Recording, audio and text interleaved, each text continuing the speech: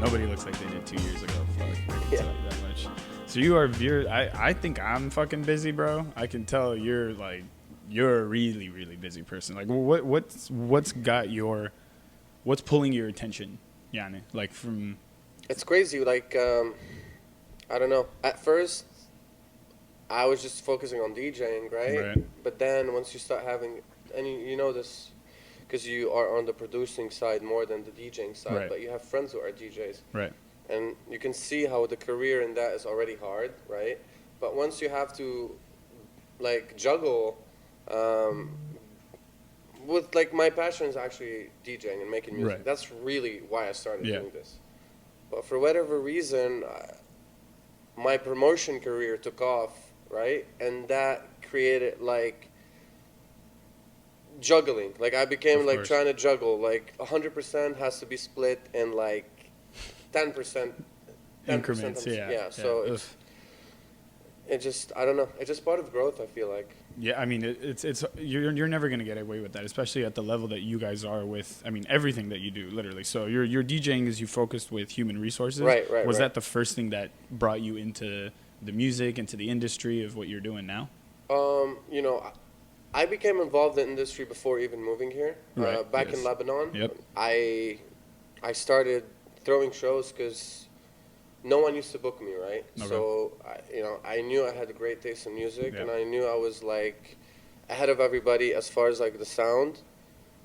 Like your But, you know, understanding of the Yeah, sound but of you it, know, when you right. don't have something, people are not gonna take you seriously. Right. So I was like, fuck it, I'm just gonna throw my own shows, and I Yeah. started doing shows. And In Beirut. Yeah, in Beirut. And Right. after a year and a half, like, my shows were 1,000 people coming to just see me headline. Like, literally me and my friends. Yeah. It was like that. Yeah. You know, and then I evolved to I came up with a brand called Stereo, which was amazing. That's right. Stereo Club Nights, which was like a legit brand in Lebanon that competed with like Uber House and all those guys. Skybar and all that. Literally competing with them. And I booked BOAT. Adriatic and shit. Like, it's not like I was doing it. At that point, I was Yeah. starting to book big names and big acts. Yeah. So this is how I got involved in the scene, starting from Lebanon, and then I got an opportunity to move here, and it was hard for me to let that go away because. I mean, you got a lot going on over there, especially in a place that likes to party like Beirut. Exactly, but if you think about it, like I don't know if I stayed there would have been just this. You know, I don't know. I just feel this market is so big. Like, you know, back home, a lot of bribing going on. A lot, Yeah, like, it's third world, bro. My shows, like, you know, just because I was doing so good, they got shut down once or twice because of like the you know, you never know where it comes from. Yeah. As long as their bribe is stronger than your bribe. Like, I had Wasta bribe, whatever. Yeah. But like everybody, you know. How it Yeah, is yeah. over There's always there. someone Who else that's gonna need a bribe. Yeah, exactly. So it's just, you know, I got a couple disappointments back home. Yeah. And then, you know, the opportunity came for me to move here. So I came here and I started Clinic. Okay, so Clinic was Stereo was what you had in Beirut. So this was even before Underrated. Well, yeah, no, Underrated was before everything. Like, so Underrated was the ones that were putting on the shows. Yeah, it was a crew. Okay. It was called Underrated Crew. Got it. First. Got It was it. me and one of my best friends in high school, like my best friend, and my other best friend, and my best friend, which was a girl. Like, it was 4 people. Yeah.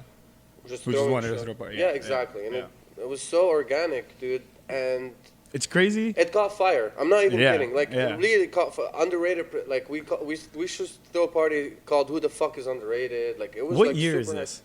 If you could remember.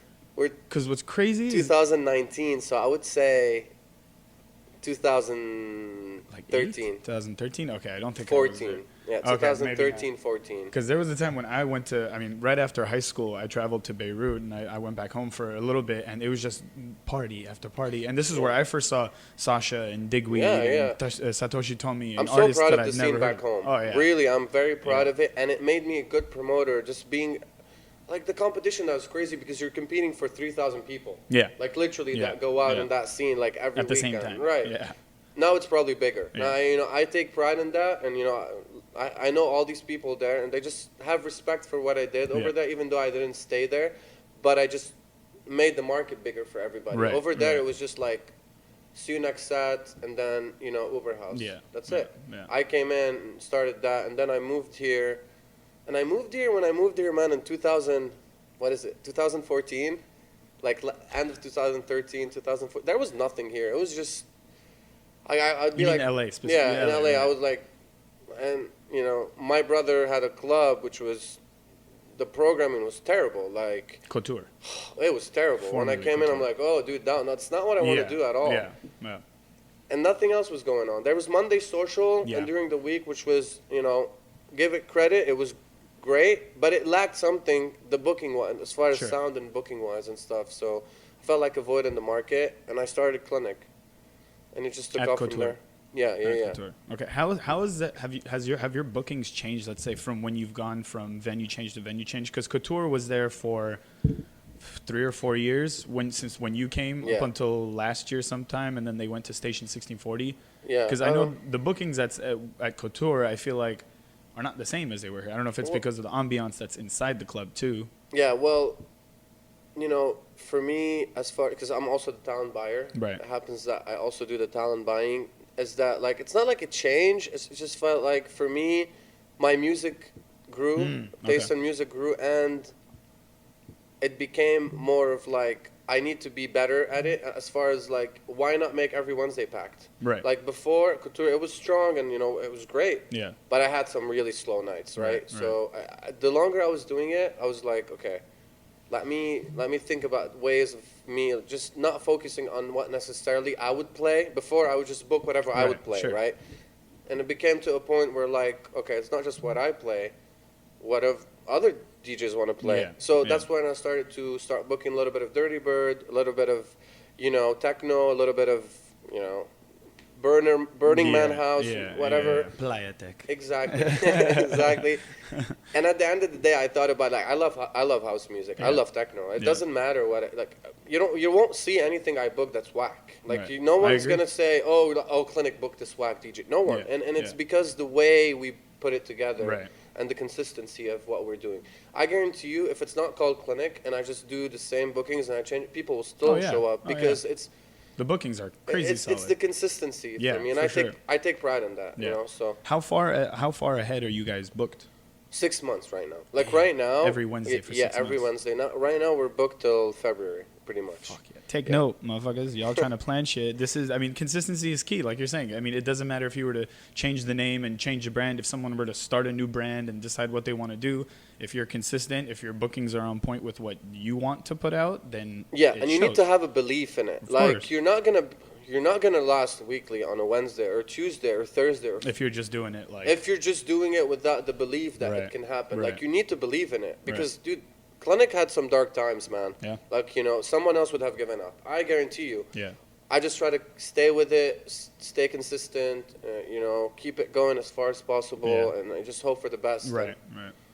Yeah, it sounds like when you came and you were like, oh, I used to book things more towards what I'm playing. And then you start like, okay, it's not really about what I want to play. Your promoter hat just went on. Exactly. And that started for me back home a little bit, where like I started booking Adriatic. I booked like Tubenberger. I booked some big names over there. But when I came here, I found it harder to book because like you're going up against, if you think about it, LA is like one of the, if not the biggest market in the world, right? And you're going against juggernauts like Insomniac, Sound, all doing great things, but to break out in that climate is next to impossible. And I'm sure you can relate to that because like I know the struggle of independent promoters and the struggle I go through and struggle you go through.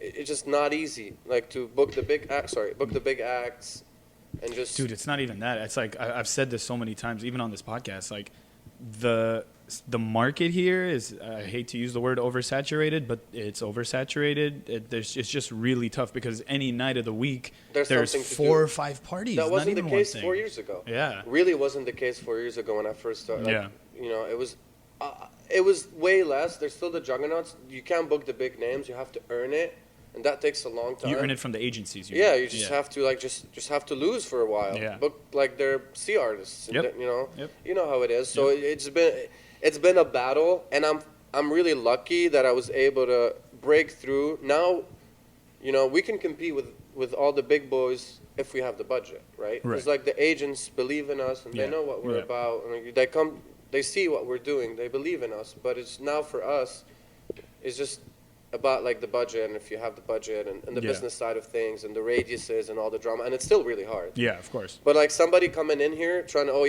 I want to do a show, I want to book like Dubfire, for example. Good luck. Yeah.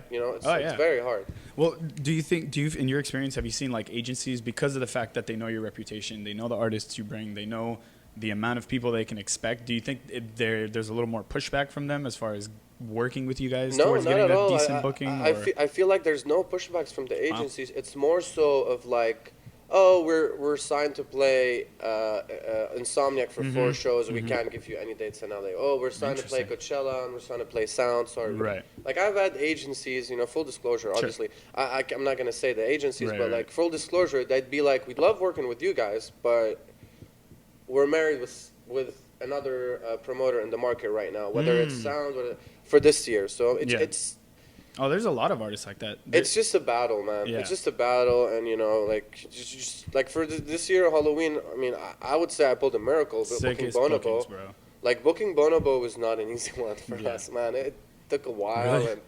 And what were the hard parts for him? Because I mean, he's like an international, world-renowned artist. Well, first of all, the budget.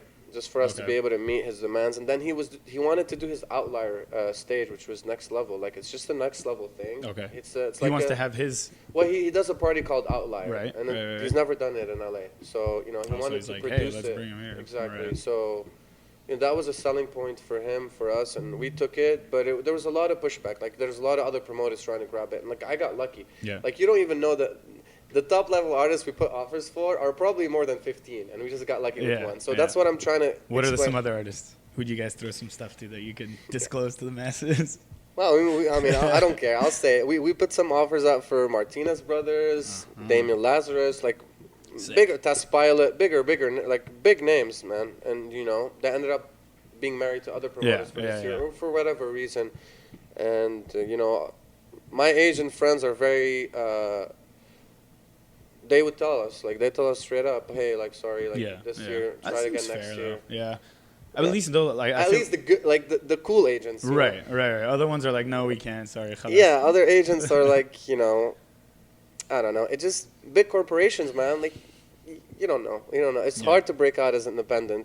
It's crazy that in this industry, we would consider someone like that, like a corporation, which is wild because, again, like you were saying, 4 or 5 years ago, it wasn't this big. EDM and dance music, whatever subgenre of electronic dance music you want to put an artist into is like it blew up. In the last couple of years. I think mainstream stuff like people like Calvin Harris and all those people doing like the Vegas shows are kind of blowing the scene out of just blowing it. Yeah, they're blowing it. Yeah. Now. And now promoters are like blowing it up. Vegas and all those people, they're going to our market, but because it's cheaper for them and it's growing. And they can charge the fucking person here because they know they'll pay for it. Yeah. So now they finally saw it. Like I used to preach. Like I've been to Vegas. I've met the people that throw like the Art of the Wild. I know them, and they know me. And I've said it a long time ago. The scene is what's coming up next. Yeah. And now they're starting to catch up, which is good. Good for them. They're making the market bigger. So I'm excited for that. But at the same time, it becomes harder for independent promoters. For me, as far as like, not because I have an independent company, but I love seeing independent promoters succeed. Like, just because it creates this healthy environment. You know what? Yeah, like, it's a community. This healthy environment, everybody's helping out each other. Yeah. Obviously, I don't see it as competition.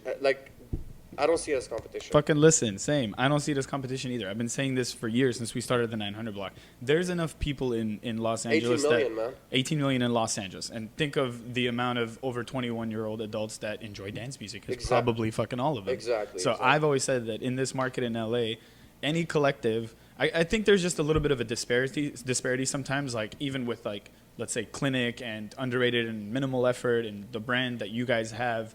Not everyone can compete with you guys, so it is a little tough because you have the big dogs like Dialogue, Incognito, Lights Down Low, you guys. There's like upper echelon in LA, and then there's the people who are starting to start shit, and then there's ones who've been doing it a couple years that are kind of in the middle. Well, I feel like our position right now in the market is that, like, full disclosure, right? I love the warehouse parties. I used to do warehouse parties. I'm proud of that. I used to do, like, the first 2 Minimal Efforts were literally no kidding straight up warehouse parties, sold out. you know, 6 a.m., everything, all that stuff. We're the only promoters in LA right now at our level doing it fully legal. Like, you know, straight up legal. Every show is legal. Yeah. We have nothing to hide. You know, we wish we could go. How hard is that to fucking... It's very hard. That's what I was going to get at. It's very hard because the return is not that much. Right. We don't make much money with clinic, man. Like, honestly, we don't. Right. I'm not saying we lose every week, but it's not like right. I'm not going to buy my house. I'm not buying my house. No, I'm definitely not. Yeah. So it's more like a labor of love. Like I love clinics so much that like I probably missed 2 clinics in 5 years, right? Damn, so I you guys just do it every Wednesday. Good or bad, man. Good or bad. You know how hard it is to go when there's no one and you're stressed out. But I've been there. It's the way of our lives. So yeah, that's the way I see the market. I think there's a lot of amazing promoters right now, really good promoters at our levels, like including you guys and Dialogue. Everybody's killing it. Incognito, full respect to the guys. 6 a.m. love them. 6 a.m. Everybody's doing really good. Yeah. It's just for me the way we're doing it is just, you know, we try to take the harder route. Okay. And see where it leads, right? Is that just more for like a brand thing, or why is it that, I mean, because the underground is one of those, it's not foolproof, but it's one of those you can always count on the underground to always be popping. And I love that. I love that. I just felt like I can't, I mean, I'm so risky with my bookings already and the stuff that I'm doing that I just did not want to take. I mean, 2 years ago, man, we did everything by the book and we still got shut down. So I just minimal effort Halloween. Yeah, that like in a day that probably changed the course of my career, really. Like if you think good or about bad it. way? I think it's in a good way. I don't know yet because the after it was just a crazy time in my life. People don't even I can't even tell people. They don't understand. Yeah. Like I was there in shock. The show was sold out, and I just couldn't do anything. Right? Like I was helpless, and I hate that. Like I hate that feeling, especially when you're producing a show.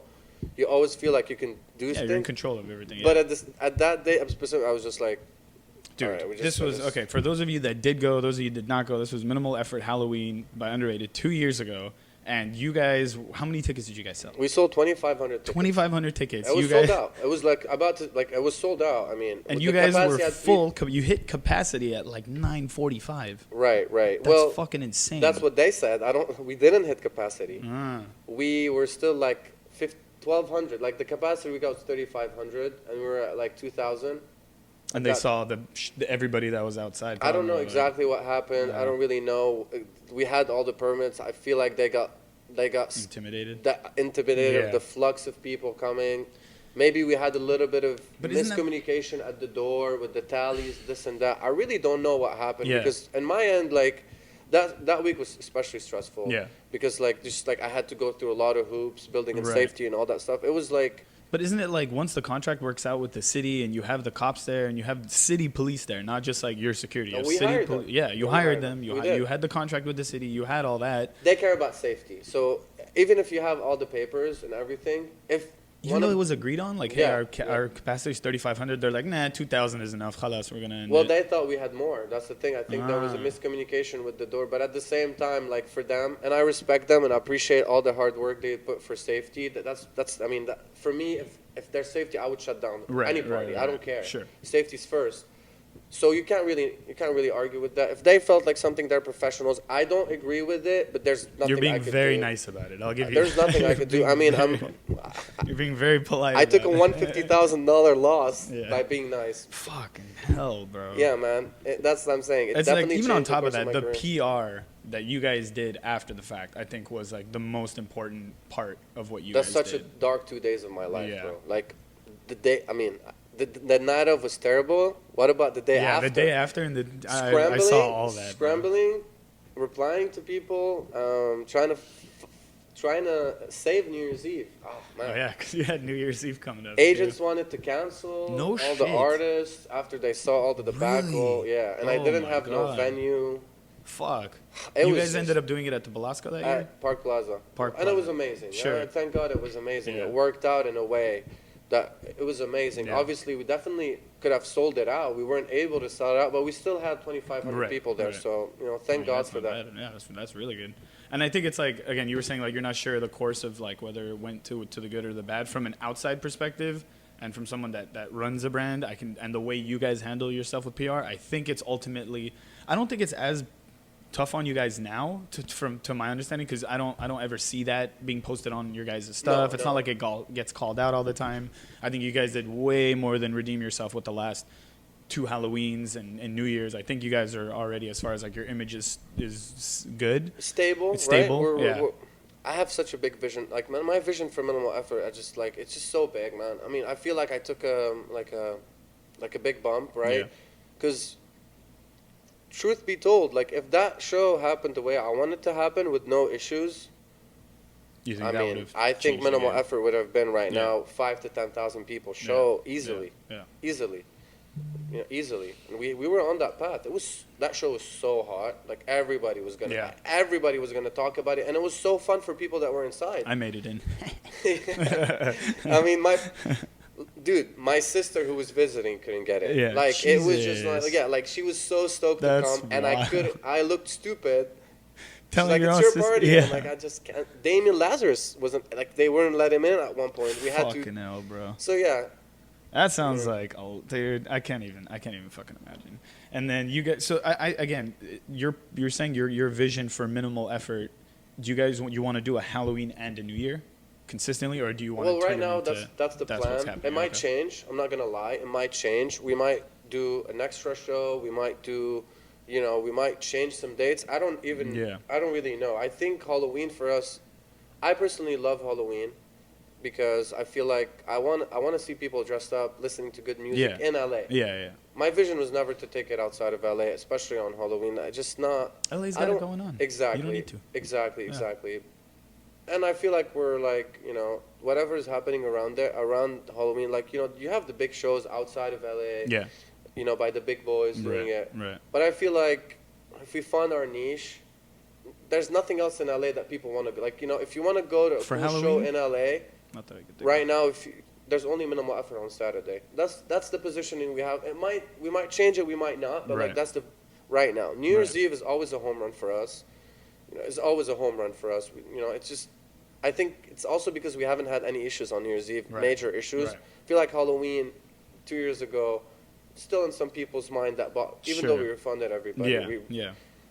Get over it, motherfuckers. It's not a big deal. Shit happens. Again, we're in a market that's so crazy fucking saturated that sometimes everybody wants to go to the same spot because you guys had a fucking great lineup. You guys had a great promotion. You guys have a good team behind what you guys do. So it's not like... I take pride in that, man. I take pride in the fact... Sorry. No, it's okay. I take pride in that, really. And the fact that, like...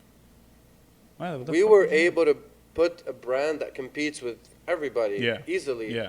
Just because of, the way it was put out. So, that I hope that inspires other people too, that, hey, like, if I did it, you can do it. Yeah. And, that's what and I try to... And if you can take that hit, and in all aspects, financially, mentally, emotionally, with the PR and all that stuff, and you kept doing Forget about financially, bro. Mentally, probably I'm still 3 recovering. times as much. Really, I'm still recovering. Yeah. I used to find so much joy that after the show, I lost a lot of that joy, and it became not joy of events and the music. I still love that, but just going through those motions. Yeah, it's like I have anxiety now. Like I don't know if it's anxiety or just fear. It's anxiety. I have the same. But like I don't know. A little bit of everything. It was just mentally. It's been, and I tell all my close friends, like you always hear me. I'm like, dude, it's hard. Like, my close friends know, like, I consider you close friends to my circle, so. They know the struggles, man. Yeah. It's not easy. It's definitely not easy. And again, I can only imagine at the level that you guys are with the bookings and the cost of your whole lineup and the production and the promoting and the advertising and marketing, the stress levels, anxiety, and the risk to reward factor is very high. In our industry, it's not easy. There's no guarantee unless you're someone like Insomniac and they don't fucking care. They're like, hey, we're going to have a big event. Yeah. We're going to put Insomniac on it and it's going to sell out. Yeah, yeah. So it's a tough market, man. But it's just, again, one of those things where if you keep consistent, like you were able to bounce back from a minimal effort Halloween debacle that you guys had, a lot of brands that I know would probably just cease and desist altogether. Right. Yeah. We're proud of that, man. It's still a battle every day. Like, we're still finalizing Halloween. We're still finalizing New Year's Eve. It never gets easy. Yeah. So like I said, we're still recovering. Like, might take another 1 or 2 years for us to be financially back to normal, right? Mm-hmm, mm-hmm. And I want to, like, big shout out to my team. Like, seriously, they just were soldiers, you know? Yeah. Like, you know, Yeah. some people got paid less, some people, like, and I love my team because of that. And I'm so loyal to them, and I know they're loyal to me. So, you know, that's what I love. That's what I love about my crew, and it's that, like, you know, we're operating as a business, but I have people that I trust with my life, right? Like, I'm sure you can relate to that with your crew. Absolutely. So it just, you know, you got to keep the people like that around as much as you can. Yeah. I mean, I've told a lot of friends of mine that, like, do their own party that the most important thing after your lineup and you guys are taking care of yourself financially, because you don't want to, like, dig yourself into a hole by fucking paying the most money for artists and then it not happen, whatever. But is your team. Your team is the most important thing for a brand, because it's not about you guys individually. It's about the bigger picture. So when you have enough people that are on the same track, and even if you guys argue and you guys bump heads and you guys don't see the same fucking thing, it's not about you guys. It's about the bigger picture. A lot of people that, like, let's say, working for a project like that and it goes towards that, they'll just quit, right? Yep. And again, a big shout out to all, like, you know, my team for just sticking around through thick and thin, you know. They believed in the vision, man, and, you know, I love them for that. So they're good people. Shout out to all you guys. Hopefully there's like 1 million of them listening. So with Underrated, you guys do the minimal efforts. Those are your two big. Well, Underrated for us is like the mother company. It's kind of like, you know, Golden Voice. Okay. That puts on Coachella. That's the vision that I had for Underrated. It created minimal effort. It created a clinic. We do one-offs, like we do like Dubfire. We did like Beirut. We can come up with another brand. It will be under Underrated. Nice. And it can run its own events. Like Underrated presents Dubfire and stuff like that. But it's a company. It's the umbrella company. Everything. Yeah, got it. Do you, so you're at Couture. What was why did they decide to switch the aesthetic to Station 1640 with that whole? It's pretty much an entire brand change. Yeah. I think my brother at that time thought it was a good idea, which, you know, at that point in time I agreed with him. But right now, me and him are not on speaking terms, so I don't really know what he thought. I don't agree with a lot of his vision, and that's why I'm not there anymore. Okay, you guys took it to Sayers Club. Yeah, we did. Which I think was a great move. Sayers Club is a great spot. It's beautiful. It's packed every time you guys have it. It's beautiful. Yeah. It's beautiful. That venue has just we just feel so comfortable, like respected, comfortable. They believe in the vision we have, and we're delivering, man.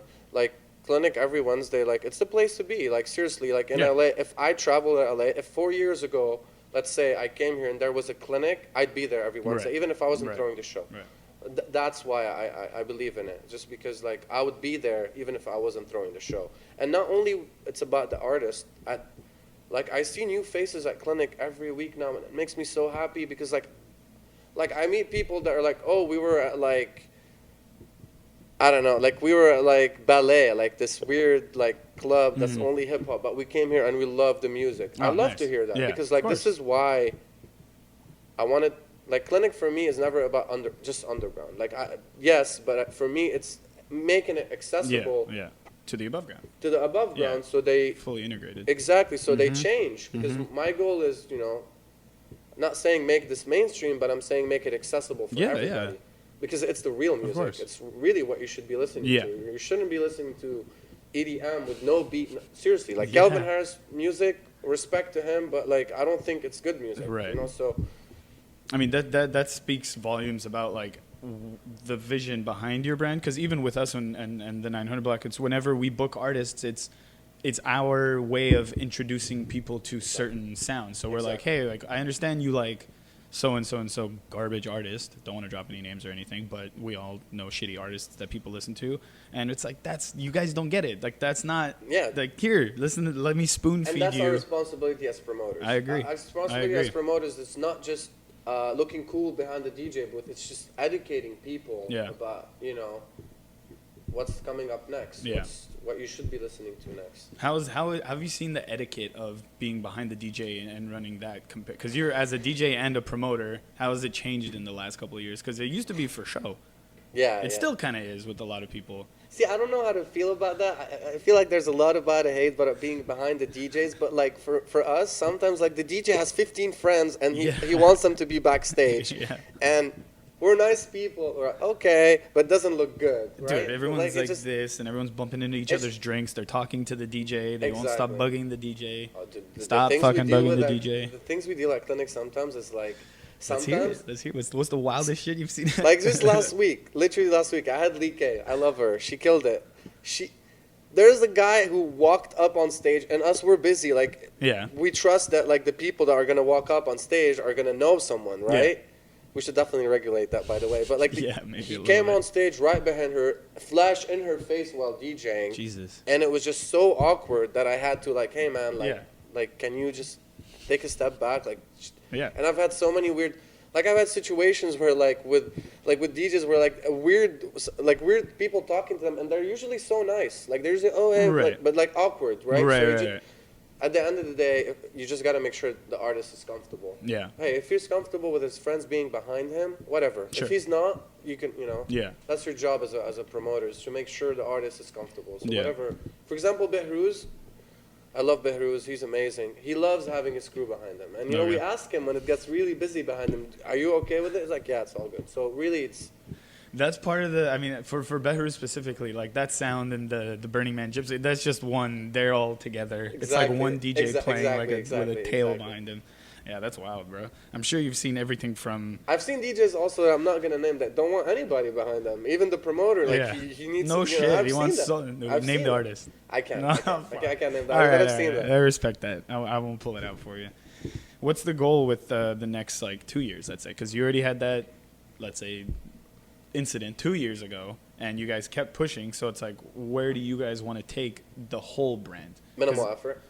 Underrated, minimal effort. Even you guys, you as human resources with Izzy, like, I understand to have a brand the level that you guys have. I know it's not just let's just do it as it comes. Yeah, one month after another, one event after another. Yeah. To be 6 months booked, even for something like that's as clinic compared to your bigger stuff, that's probably even more thought. Yeah, absolutely, absolutely. So, for now, for minimal effort, as far as Underrated, I have a big vision for the company, right? What I'm trying to do is I'm trying to come up with new concepts, and we have a couple of new concepps that we're gonna introduce in 2020 that are gonna be unique in a lot of.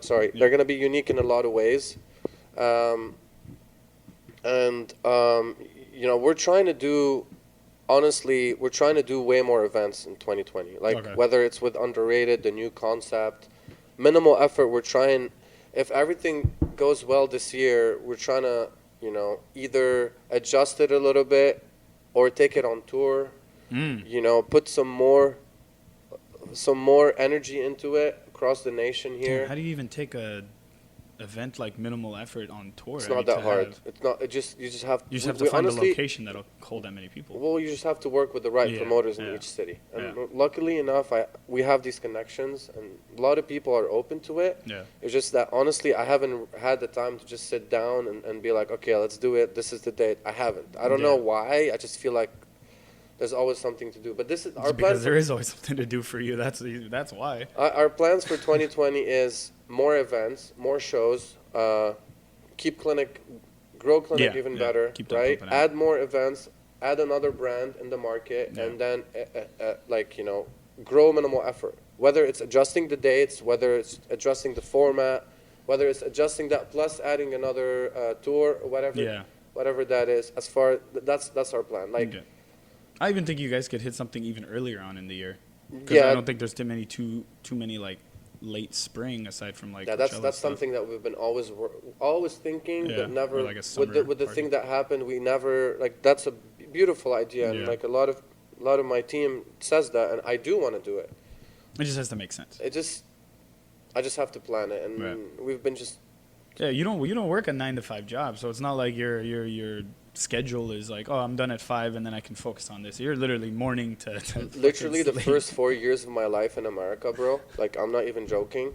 I had no fucking life. I probably still have no life. I don't go out that much. You don't see me partying. Yeah. I mean, I do go out, but when I go out, I make it count, right? But of course. For the first 4 years, now recently I started having my hobbies that I used to do before. But for the first 4 years, I try at least. But for the first 4 years, literally, I used to work 24/7. I don't even that's remember. fucking wild, That's bro. all I used to work. Like literally every day I wake up, like every day, and it took a lot of my energy and it took a lot of my mental strength and everything.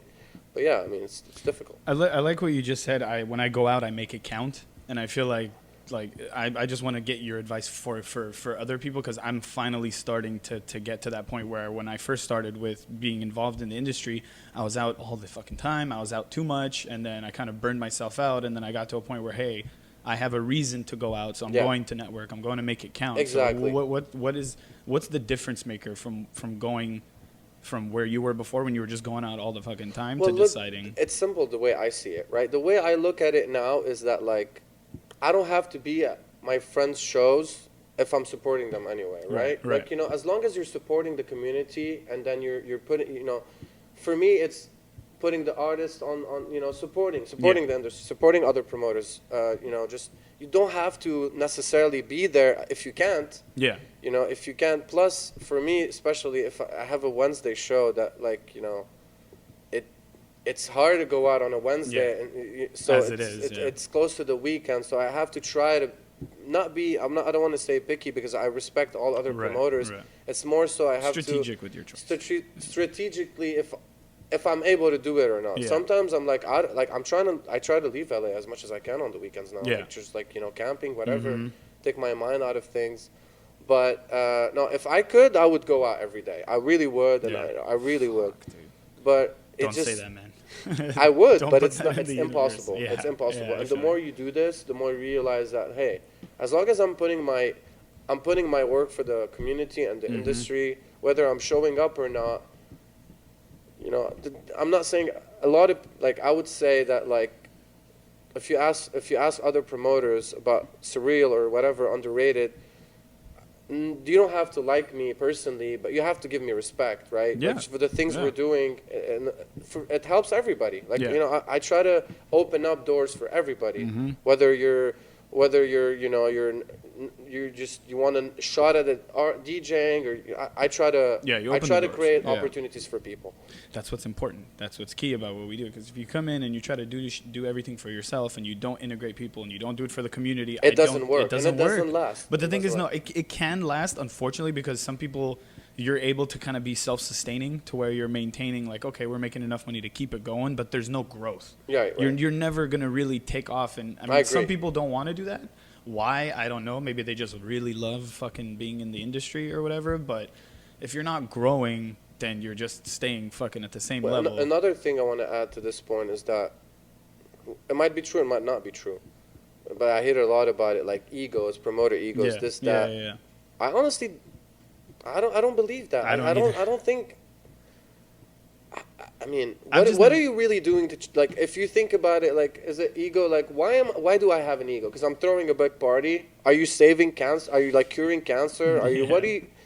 You should be proud of it, but there's no need for egos. Right. Like, you're just creating. You should be happy that, you know, you're involving everybody, because you know you're trying to make people happy, forget about their problems, enjoy themselves, listen to good music. You're not curing cancer. You're not like a Nobel Prize scientist that you need to be like, oh, you know, I did this, I did that. Yeah. No, you should, in my opinion. Yeah. I mean, and I don't even really see too many promoters here that have an ego. Absolutely. I mean, which is credit to all of you, whoever's fucking listening. If you throw a party, I really I have never dealt with someone who thinks that they're better than everybody else because of their brand, which is great. Even the big dogs in LA that, you know, I mean, we don't really do Insomniac, like, that's a whole nother, you know, whatever level, but the people who are in LA that are doing the fucking shit for LA's, they're all fucking cool. They're all cool. Yeah, and they understand it more that it's for the community than the people. A lot of those people have been doing it for a long time, so they've been through a lot of the motions, and they understand. They get it. Why. They get it. Yeah. You know, it's one of the few. Shout out to all of them. Seriously, like Eddie Vela, like. Yep. Alan, Eddie, Rolando, Gerard, everybody. I had Gia on here, and he was fucking cool. Great boy, dude. Man. Yeah, great dude. Really cool dude. He had good things to say about you too. I met him, like, that's probably the first guys I met in the industry. And, you know, when we first saw each other, it was like, I don't know. He felt like I was going to do it for, he felt like I was going to be doing this for a long time. And I knew he was going to be doing it for a long time, because the guy is really smart. You know, he's smart and his head is in the right place. So shout out to him and to all the other promoters. Everybody's doing amazing here. Yeah. But I just wanted to touch on that. we're not curing cancer, you know. For new promoters that are trying to do it, don't think selfish. Never. Yeah. You're never going to get the market for yourself. It's not going to happen. It's just not realistic. Correct. You know, you need to be part of it. That's all. Exactly. Absolutely. Come in, be a part of it, contribute to the community, extend yourself out to people. Exactly. Show people that, hey, we're here for open doors for other people. Because if you open doors for other people, doors are going to open for you. I agree. I agree, man. That's good. That's again, where you're at a time where the ball is just rolling for you, and you know these collectives and you know the industry because you've been doing it for so long. I mean, you've been doing it so long. It's one of those things where even in music, like when you listen to a lot of music, your tastes mature. When you've been hosting and when you've been putting on parties, you even if you start with an ego, you get humbled very quick. Very quick. Very definitely, quick. Yeah, because I don't know anyone that's come in and from the first party bang out the door 3,000 people and it's just like that every time. That's fucking crazy. I mean, to my understanding, even with Insomniac and Pascal, it took him 20 years because he started even a decade Pascal before. is a legend, man. You have to give him Absolutely. credit for what he does. He's one of my inspirations. Same. Same with us. Pascal is like I don't know how to say it. He's like the Godfather. The Michael Jordan of like the promotion game. Yeah. Like if you want a league, it's just he's the guy that made it from the get-go, from giving out flyers. Like he used to be giving out flyers outside. Like I have a lot of respect for him. I love what he's doing, and he opened the way to make this it could be a career. Yeah. Like, it could be a absolutely. Career. Whenever my mom tells me, you have a master's degree, what are you doing? Yeah. And I'm like, no, it's not like you think. Yeah, they don't understand though. We can't expect Lebanese old school parents to ever get it. Even my mom with the podcast, a shoe podcast. Why are you doing the podcast for? I love the podcast. I think it's a great idea. I really do. I just want to get more people involved that actually have something to say. That's the fucking point. Because it's not for me. I mean, I don't give a shit. I try not to talk as much as I can, but I got a mouth, so I gotta keep that in control. But with even with us with Pascal, when I first started, obviously it's a little far-fetched because I didn't understand the industry. I was telling a buddy of mine the other day when we wanted to host our first party, and I never got into DJing. I never just picked it up like whatever the actual trade itself before our first. Why though? I don't know. I think I got too not busy but too caught up trying to like put on the party and trying to coordinate. I've been seeing more and more of that type of promoter come out that respects DJs, but doesn't do it. Yeah. Focuses more on the back end and putting it together. I've been seeing you're one of them. Yeah. And I respect you for that. I respect that. Because same with Narc. Narc doesn't DJ either. That's true. I know you have Michael Pham and Stefan. Yeah, those guys. Yeah. So that's a great way of, hey, I'll focus on this. Obviously, it's a team play, but you do your DJing. It's amazing. Our brand would be nowhere without the four of us actually pushing the brand. It's crazy. Like with me when I first started, before I didn't know shit about EDM music. I didn't know anything about nightlife, about the clubs, about booking shows. So my whole thing was, okay, let's have a party. And in my head, I was like listening to music, and I was like, okay, this should be the playlist. I didn't think of it as like a DJ set. So if someone would have given me a goddamn USB 4 years ago and said, put all these songs that you want on a USB drive and you play it, might have been a little bit different, but I never got into it. How did DJing, was that something you picked up in Beirut as well? Yeah. I picked up back home. Like I said, I tried to get gigs, at first I was a nobody, pretty much. I didn't even used to go out that much before. And I feel like Beirut's a place where if you're like a nobody trying to come up, they're going to be like, sure. Exactly. They had like a clique, so I had to break through that clique and make a name for myself. But it really started as like, hey, can I play your party? Yeah, well, you can play on Mondays. Okay, Mondays from... I know no one's going to show up. And after a couple of times of people telling me that, like, I was with my friend in my room, right? And I'm like, you know what, man, let's just throw our own shows and DJ our own shows and take it from there. And that's when, the name Underrated started because, like, I felt that, like, I might be wrong, right? But I felt like... You guys were underrated? Yeah, I felt like I had so much things to offer, and I wasn't...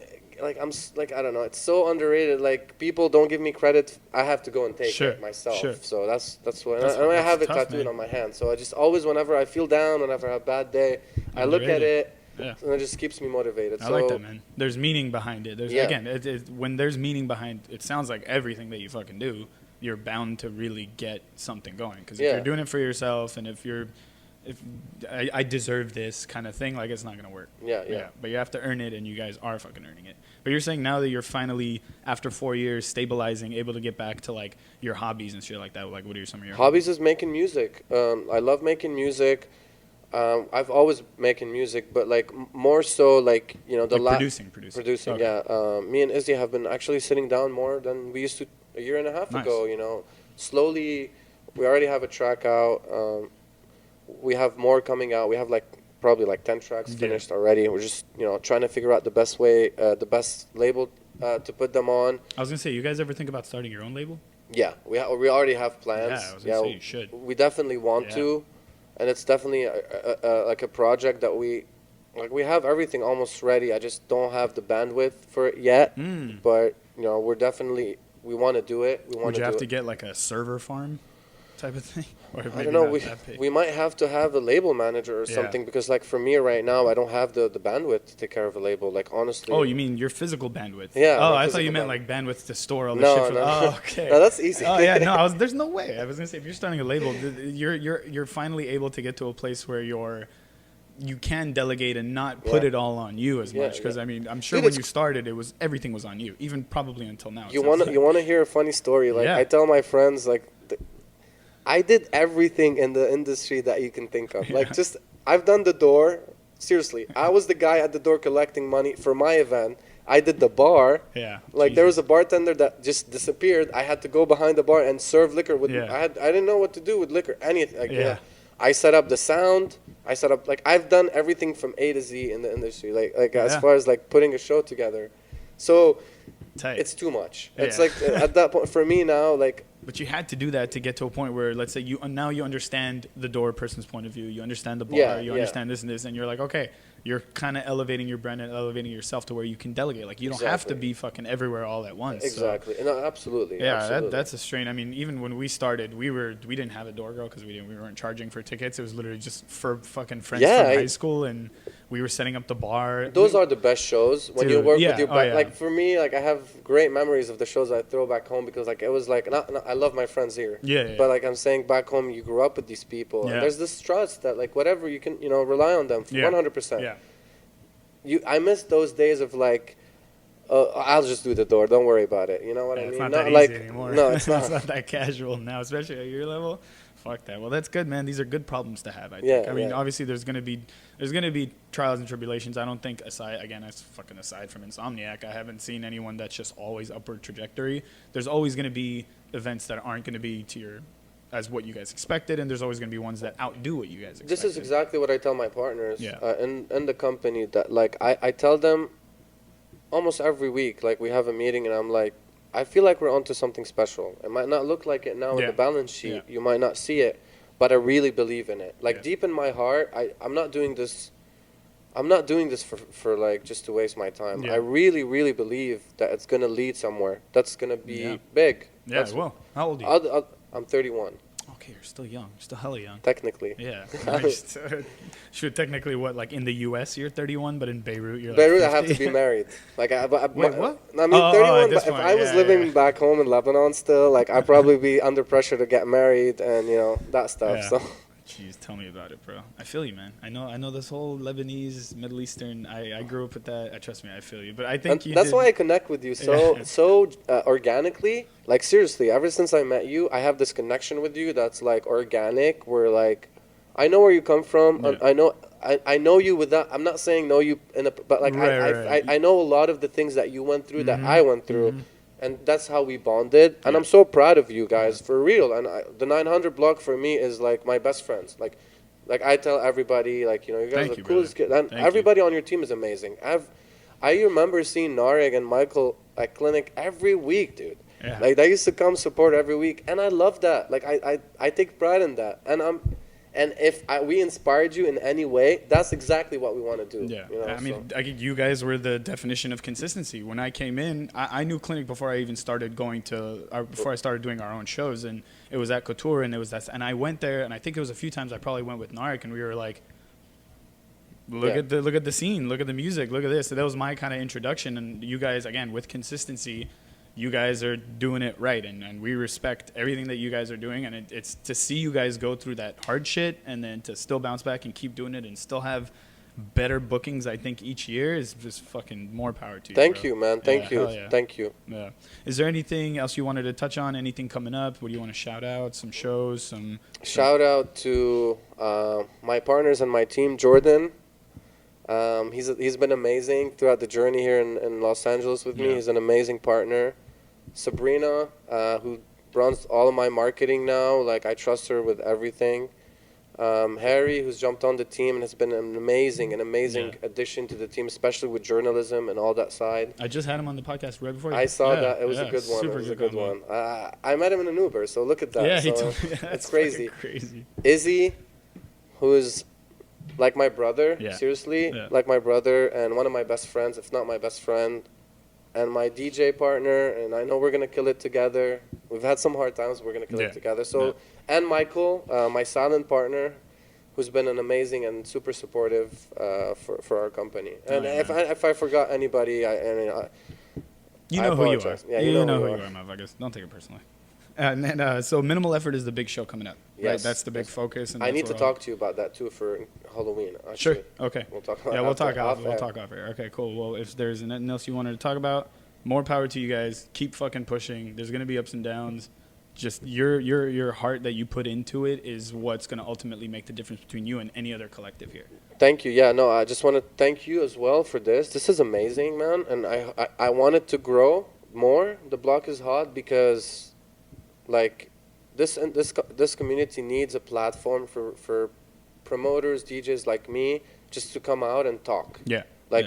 You don't get to see that a lot. Like, just talk about the hardships, talk about what you're doing, talk about what you can do better. And I think you're onto something really good, and I hope you keep it growing. Yeah, I mean, the point of this was just, again, because I know so many people in the industry since I started and got integrated, I've talked with people, whether it's on social media or I've talked to them at parties, and people have shit that they want to talk about. And I know because everybody's usually behind the decks, let's say, or promoters are running around, or the music, everybody's like fucking talking to each other with one hand in their ear. People need to understand that we're normal people. Like, we're normal people. Absolutely. We struggle like every other, and our business is very hard. Yeah, it's not easy. It's not for everybody. There's a lot of struggles.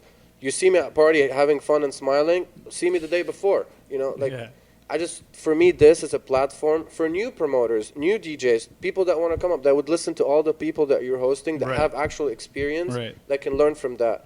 Maybe not make the mistakes that we made, along the way. Exactly. That's how I see this platform, and I'm stoked to be here. Thank you for having me. Yeah, of course, my pleasure, man. Yeah, the whole thing is learning from other people's mistakes, and I feel like everybody that I'm trying to bring on or that I want to include in this, and if you're interested in being included in this, shoot me an email, shoot me a DM, whatever the fuck, and we'll work it out. I'm booked through like the end of this year. You're the Joe Rogan of our industry. That's fuck, dude. I'll take it. That's a long shot. He has probably the biggest in the world. But there's nothing else. Thank you. No one else is doing what you're doing.